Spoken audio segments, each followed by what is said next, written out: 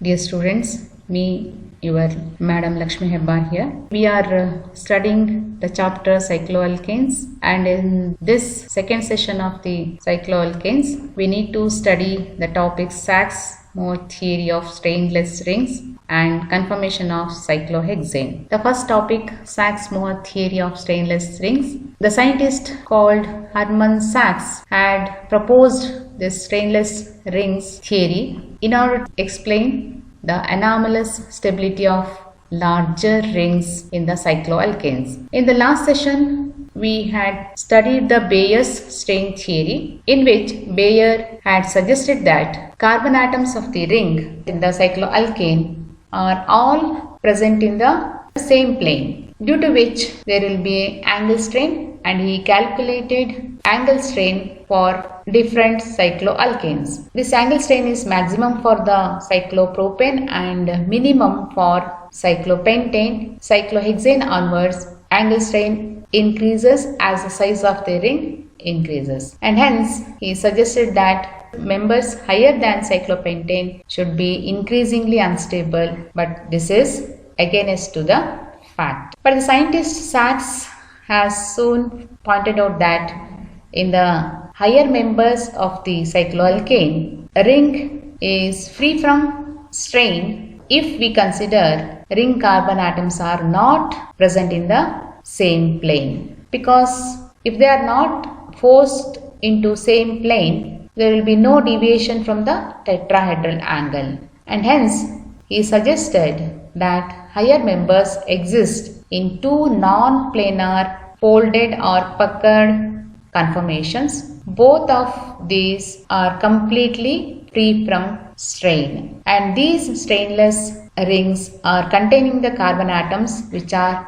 lying in the different planes and hence are having tetrahedral angle, that is 109 degree 28 minutes, and these non-planar forms are called chair form or Z form and boat or trough, or it is also called as C form because of their shape. Now you can understand those form if you consider the example of cyclohexane, that is conformations of cyclohexane we will study now. And Sachs had suggested that cyclohexane exists in the two major stainless forms. First one is chair form. Because of the shape of the ring, it is called as chair form. Just compare this model with this structure. See, this is upper part of the chair and this is lower part of the chair, and this is the sitting place. So like this, you can just imagine this is a chair shape, and here you can observe the carbon atoms present in the ring are all having tetrahedral shape,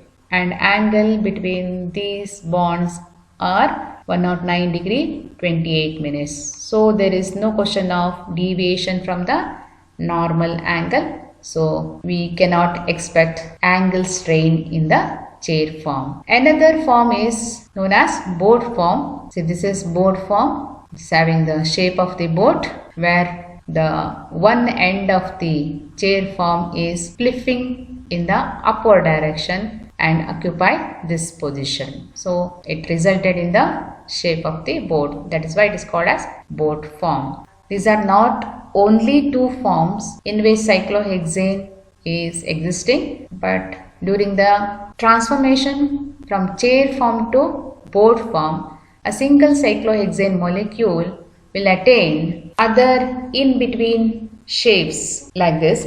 This is chair form, and it will be transformed into half chair form, just flipping this end till the plane of these four carbon atoms. So we can observe here these 5 carbon atoms are in the single plane, and this 6th carbon atom will be out of the plane.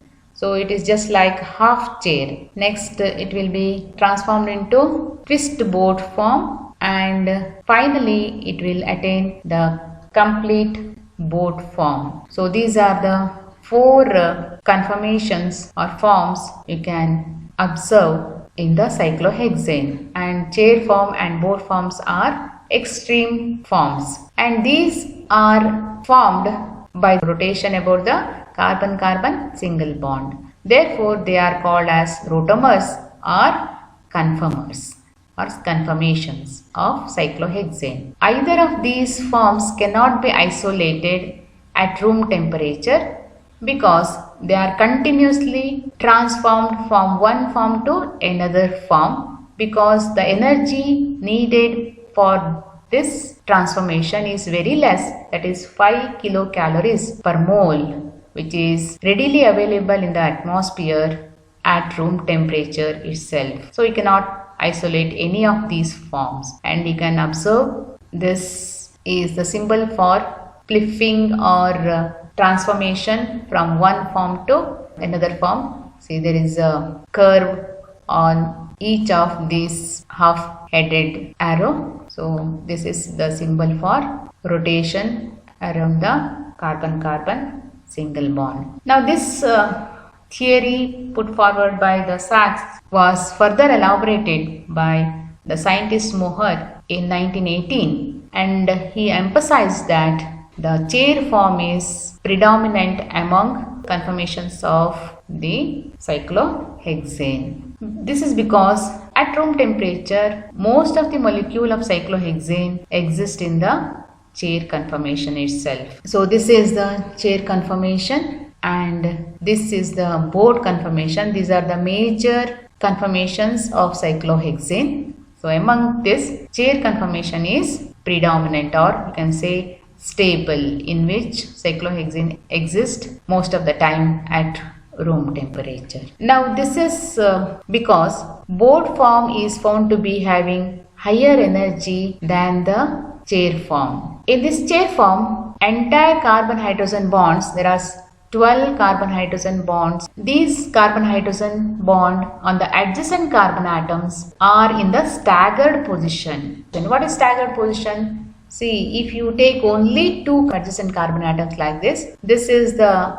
front carbon atom. Say this first carbon atom, if you look in this direction, this is the front carbon atom and this is the back carbon atom, second carbon atom. So these are the three hydrogen atoms on the front carbon atoms, and these are the three hydrogen atoms present on the back carbon atom, represented by a circle. And here you can observe the carbon hydrogen bonds present on both carbon atoms are away from each other. See, they are having almost 60-degree angle between them. But in case of board form, these are not like this staggered form, but they are on the eclipsed form. So this is the eclipsed form, you can say. This is the first carbon atom and this is the second carbon atom. And here the hydrogen atoms are one on another, that is called as eclipse. So here for the sake of showing the hydrogen atoms on the back carbon atom,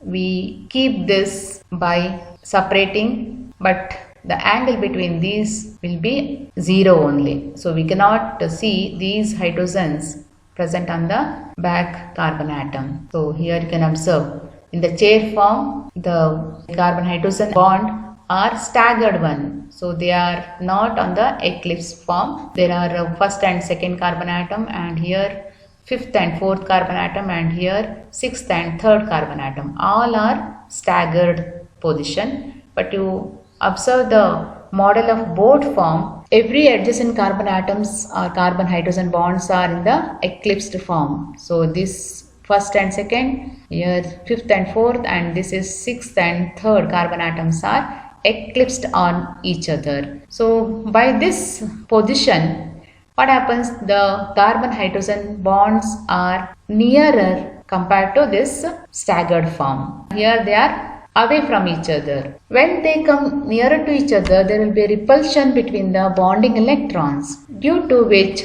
there will be a strain occurs. That strain is known as torsional strain. And hence you can say the chair conformation of cyclohexane is not having this torsional strain due to the staggered form. But in the case of board form, there is torsional strain due to the eclipsed form of the carbon atoms. And we already seen that both of these are not having any angle strain. So in the chair form, there is no angle strain as well as torsional strain. That is why energy content will be less and stability is more. But coming to the board form of the cyclohexane, here we have board form. Due to the eclipse form of the adjacent carbon atoms, there is torsional strain in the board form. Apart from this, there is one more strain called as steric strain, which is arising due to the interaction between these two hydrogen atoms, which are called as flagpole hydrogen atoms. So they are coming to nearer to each other by the distance 183 pm. It is less than the van der Waals distance.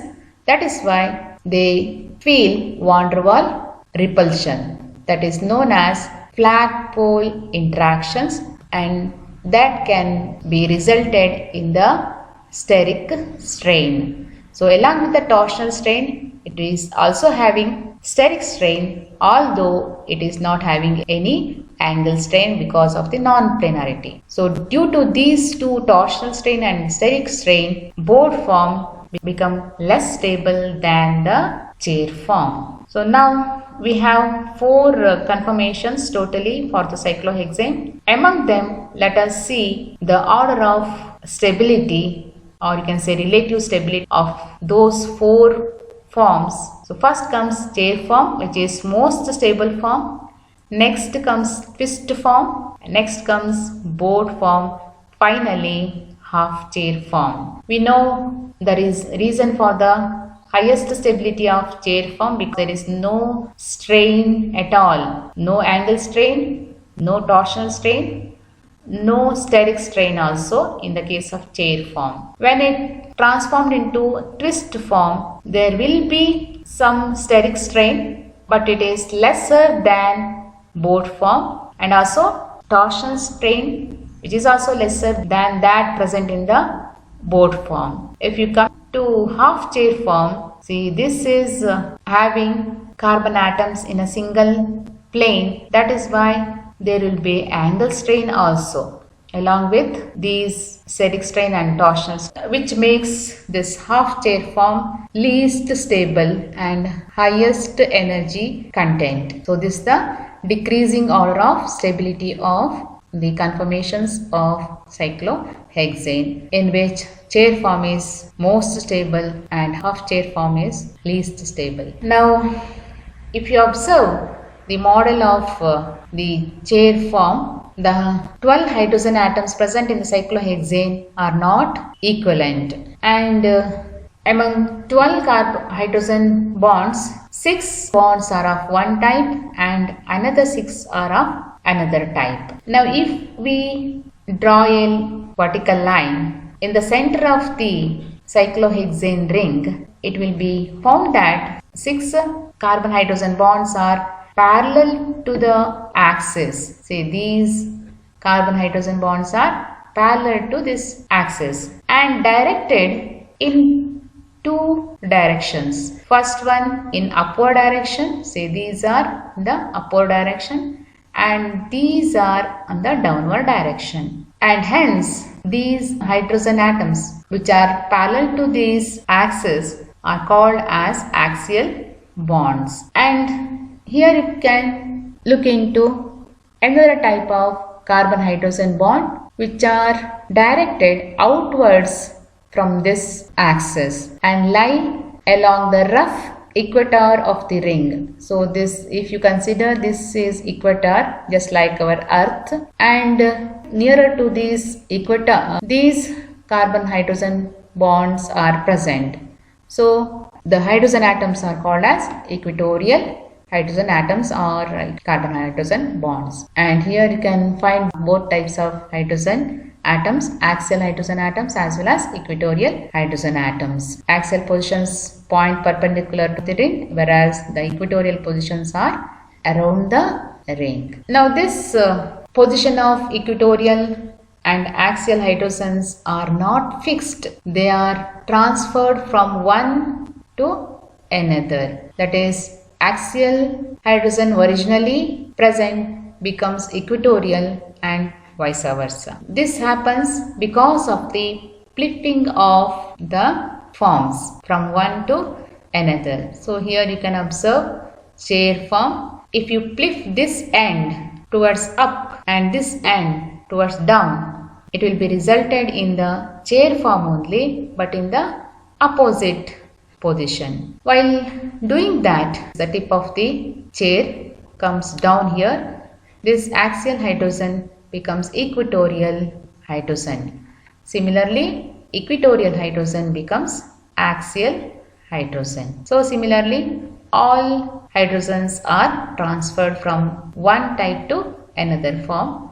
Again, if you transform this form to this form, they will occupy the original position. So like this, the position of the hydrogen, either axial or equatorial, are not fixed, but they are flexible. So now we shall learn how to draw the chair conformation of cyclohexane very easily, because before practicing you can find it difficult to draw the cyclohexane. So for easy way of drawing, you can practice like this. You draw a slant line like this, and parallel to this you draw another slant line, and afterwards you put a dot above these two lines and another dot below these two lines like this at this position, and connect these points to the previous lines like this. So it will become a chair form of the cyclohexane. Now how to draw the axial and equatorial hydrogens from this carbon atoms? See, first we shall draw the axial hydrogens. These three carbon hydrogen bonds are pointed in the upward direction because these carbon atoms are pointing in the upward direction. Similarly, these three carbon atoms are pointing towards the downward direction. That is why CH axial bonds are also pointing towards the downward direction. So totally 6 axial hydrogens. Now equatorial hydrogens can be drawn like this. So on these two carbon atoms, we draw the equatorial hydrogens which are parallel to each other as well as parallel to this carbon-carbon bond, these carbon-carbon bonds, and another pair of the equatorial carbon hydrogen bond, so which are parallel to each other as well as parallel to these two carbon-carbon bonds. Similarly, these two equatorial carbon hydrogen bond which are parallel to each other and parallel to these two carbon-carbon bonds. So totally 12 carbon hydrogen bonds you can draw easily by following this easy method. So here you have some books to refer and some sites in the internet to refer, and we come to the end of the session and meet in the next session with the conformation of monosubstituted cyclohexane and cyclopentane, etc.